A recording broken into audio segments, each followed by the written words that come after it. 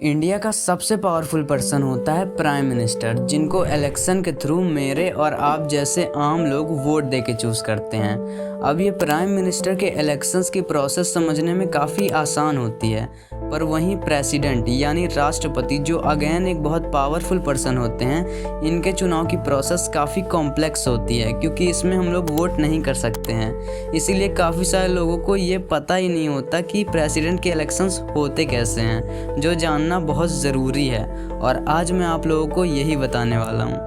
Hello, मेरा नाम है कार्तिक और चलिए जानते हैं कि प्रेसिडेंट की पावर्स एंड रिस्पॉन्सिबिलिटी क्या हैं और इनको इलेक्ट कैसे किया जाता है।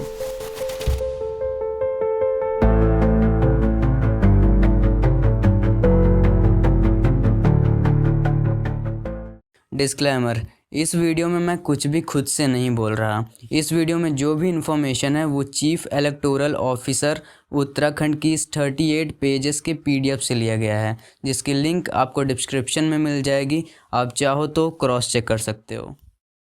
पहले थोड़ा प्रेसिडेंट के बारे में जान लेते हैं, उसके बाद डिस्कस करेंगे कि ये इलेक्ट कैसे होते हैं। प्रेसिडेंट के इलेक्शन भी प्राइम मिनिस्टर की ही तरह हर 5 साल में होते हैं और लास्ट इलेक्शन हुए थे 2022 में। करंटली हमारे देश की प्रेसिडेंट यानी राष्ट्रपति हैं द्रौपदी मुर्मू, जो कि 25 जुलाई 2022 को अपॉइंट हुई थी और हमारे देश की 15th प्रेसिडेंट हैं। इंडिया में सारे कानून वगैरह प्रेसिडेंट की ही मर्ज़ी से बनते हैं। जैसे अगर पार्लियामेंट के मेंबर को कोई भी लॉ बनाना होता है तो पहले वो आपस में डिस्कस करते हैं, उस पर डिबेट होती है, और जब पार्लियामेंट के दोनों हाउस लोकसभा और राज्यसभा लॉ के बिल को पास कर देते हैं, उसके बाद वो बिल आता है प्रेसिडेंट के पास। फिर अगर प्रेसिडेंट को वो लॉ यानी कानून सही लगता है तो वो उस बिल को पास करके कानून को लागू कर सकते हैं, या फिर अगर उनको वो लॉ गलत लगता है तो वो इसे रिफ्यूज़ भी कर सकते हैं। प्रेसिडेंट के और भी काम होते हैं, जैसे प्राइम मिनिस्टर को अपॉइंट करना, कोर्ट के जजेस या चीफ जस्टिस ऑफ इंडिया को अपॉइंट करना, एक्सेट्रा। प्रेसिडेंट को supreme of the armed forces भी कहा जाता है, क्योंकि ये किसी के भी खिलाफ वॉर चालू कर सकते हैं। पर ये सब सिर्फ खुद के मन से नहीं करते हैं, इन्हें पार्लियामेंट के मेंबर से एडवाइस लेके करना होता है। ये तो थी बेसिक इन्फॉर्मेशन। चलिए अब जानते हैं कि प्रेसिडेंट को कैसे चुना जाता है या इनके इलेक्शंस कैसे होते हैं। अब यहाँ से वीडियो का मेन पॉइंट है, इसीलिए थोड़ा सा ध्यान दीजिएगा। प्रेसिडेंट के इलेक्शंस में हम लोग वोट नहीं कर सकते हैं। प्रेसिडेंट के इलेक्शंस में वोट डालते हैं इलेक्टोरल कॉलेज के मेंबर्स। अब जानते हैं कि ये इलेक्टोरल कॉलेज क्या है। इलेक्टोरल कॉलेज बोला जाता है उन लोगों के ग्रुप को जो प्रेसिडेंट या वाइस प्रेसिडेंट के इलेक्शंस में वोट डालते हैं। इलेक्टोरल कॉलेज में कुछ मेंबर्स पार्लियामेंट से सिलेक्ट किए जाते हैं और कुछ मेंबर लेजिस्लेटिव असेंबली से सिलेक्ट किए जाते हैं। सो बेसिकली इलेक्टोरल कॉलेज के मेंबर्स कुछ पार्लियामेंट के मेंबर्स होते हैं और कुछ लेजिस्लेटिव असेंबली के मेंबर्स होते हैं, जो कि वोट डालते हैं एक कैंडिडेट को प्रेसिडेंट बनाने के लिए। अब अगर कोई कैंडिडेट प्रेसिडेंट के इलेक्शंस में पार्टिसिपेट करना चाहता है तो उसके लिए उस कैंडिडेट को इसी इलेक्टोरल कॉलेज के 50 मेंबर का प्रपोज़ल और 50 मेंबर उस प्रपोज़ल के सेकेंडर्स के तौर पे चाहिए। अगर एग्जांपल से समझाऊं तो अगर मैं प्रेसिडेंट के इलेक्शन लड़ना चाहता हूं तो मुझे इस इलेक्टोरल कॉलेज से 50 मेंबर ऐसे चाहिए होंगे जो कि ये कहें कि हाँ, ये बंदा सही है, इसी को प्रेसिडेंट बना दो। और जो ये 50 लोग ऐसा बोल रहे हैं, इन्हीं के सपोर्ट में और 50 लोग चाहिए जो ये कहें कि हाँ, हम उन 50 लोगों की बात से सहमत हैं, इसी आदमी को प्रेसिडेंट बनना चाहिए।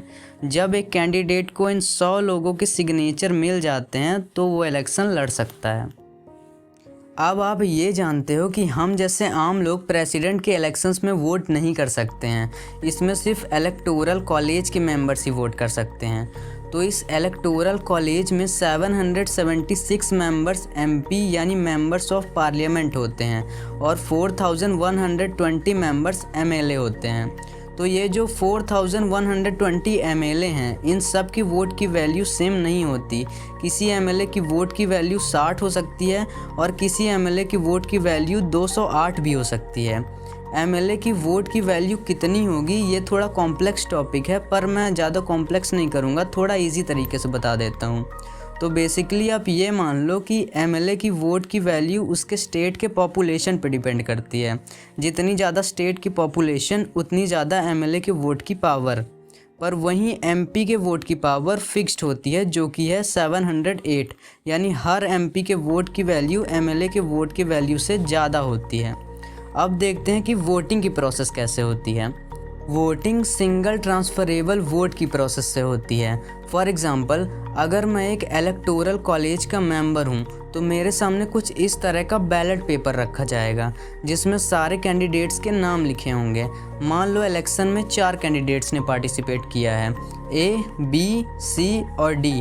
अब अगर मैं चाहता हूँ कि कैंडिडेट सी प्रेसिडेंट बने और वो मेरी पहली पसंद है, तो मैं उसके नाम के आगे 1 लिख दूंगा, जिसका मतलब ये मेरी फर्स्ट प्रेफरेंस है।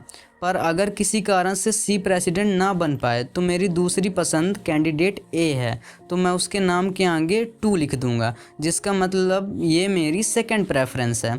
इसी तरह हर इलेक्टोरल कॉलेज के मेंबर अपनी प्रेफरेंस बताते हैं और इसी प्रोसेस से वोटिंग होती है। अब इस वोटिंग के काउंटिंग के बाद जिस कैंडिडेट को सबसे ज़्यादा वोट मिलते हैं उसे प्रेसिडेंट बना दिया जाता है और वो कंट्री को 5 साल सर्व करता है।